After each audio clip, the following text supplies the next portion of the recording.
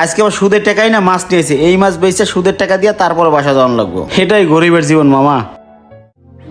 আসলে মামা আপনাদের জীবনটা অনেক কষ্টের। আল্লাহ, তুমি আর কেন গরিব বানাই দুনিয়াতে পাঠায়ও না। এই যে মামা 1 কেজি। এই যে মামা টাকাটা নেন। এই মাছ লাগবো, মাছ। বড়টা কাস্টমার হইতাম, সব মাছগুলো দিয়ে বাসায় দিতাম।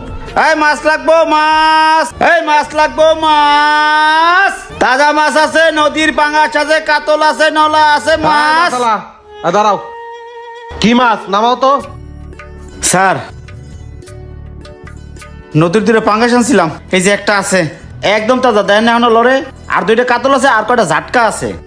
কোন মাছ কত করে? পাঙ্গাসটা 1500 টাকা কেজি দেবেন, কাতলগুলো 250 টাকা, আর ঝাটকাগুলো 150 টাকা।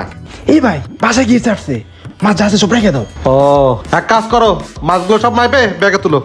সব নেবেন? হ্যাঁ হ্যাঁ। আচ্ছা, দিতেছি।